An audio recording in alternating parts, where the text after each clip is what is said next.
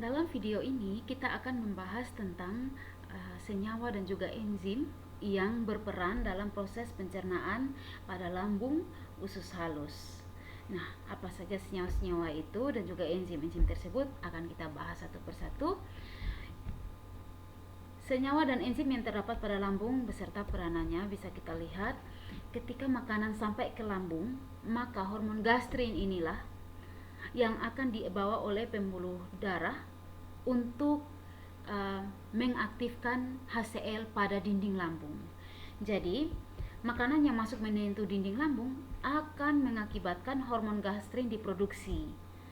Produksinya hormon gastrin untuk mengaktifkan terbentuknya HCl. Kenapa HCl? HCl ini akan terbentuk, dia punya tujuannya itu selain mematikan kuman pada makanan, HCl punya peranan yang sangat penting, yaitu mengaktifkan enzim-enzim pencernaan, baik itu yang ada di lambung maupun nantinya yang ada di usus.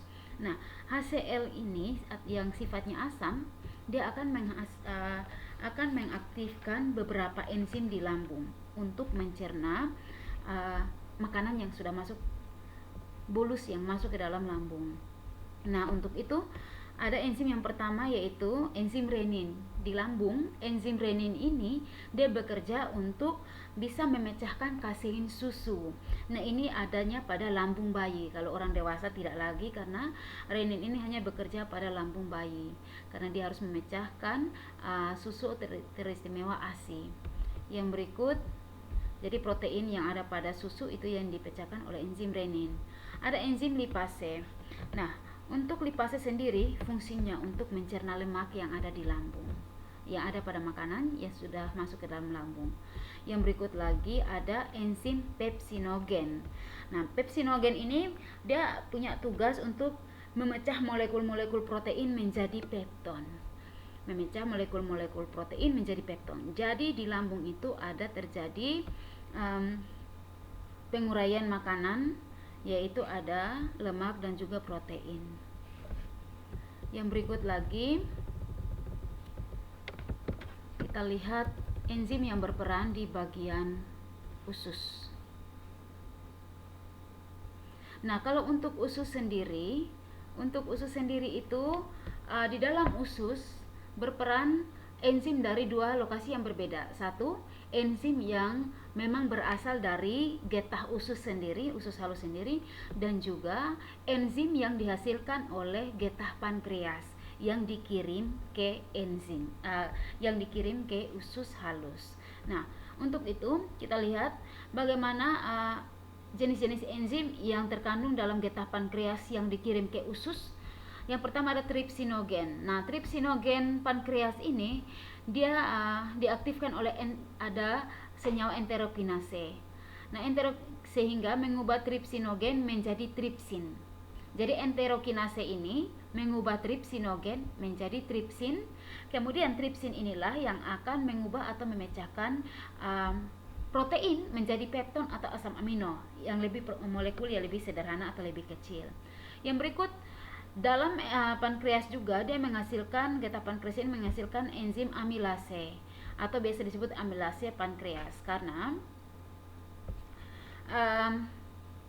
amilase ini dia akan berperan untuk memecahkan amilum menjadi maltosa. Yang berikut lagi ada lipase pankreas atau biasa disebut dengan streapsin. Nah, di sini lipase ini dia berperan untuk mencerna lemak-lemak dan gliserol yang ada pada makanan sebelum diserap, dan juga tentunya dibantu oleh garam, kalsium dari cairan empedu.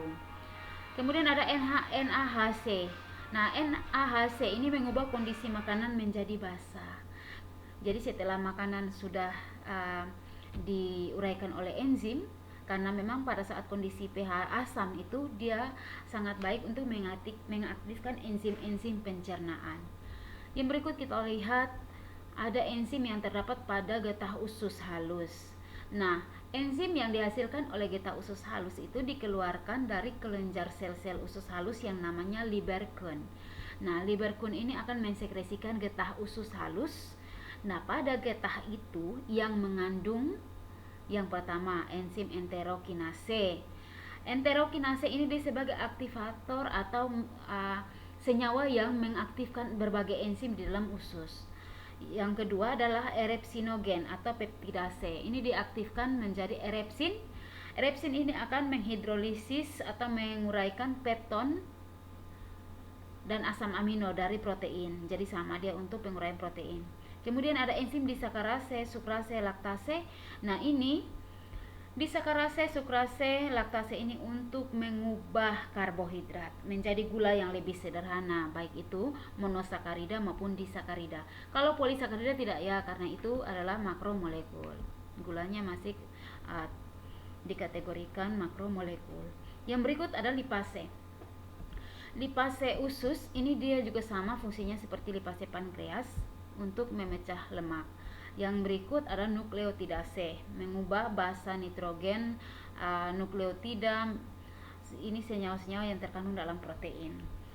Nah, ketika semua makanan, sari makanan yang dalam bentuk protein, karbohidrat, lemak sudah selesai dicerna oleh setiap enzim, maka itu adalah tahapan di mana makanan siap untuk diserap oleh pembuluh darah ke bagian tubuh yang membutuhkan dan diedarkan ke bagian tubuh yang membutuhkan.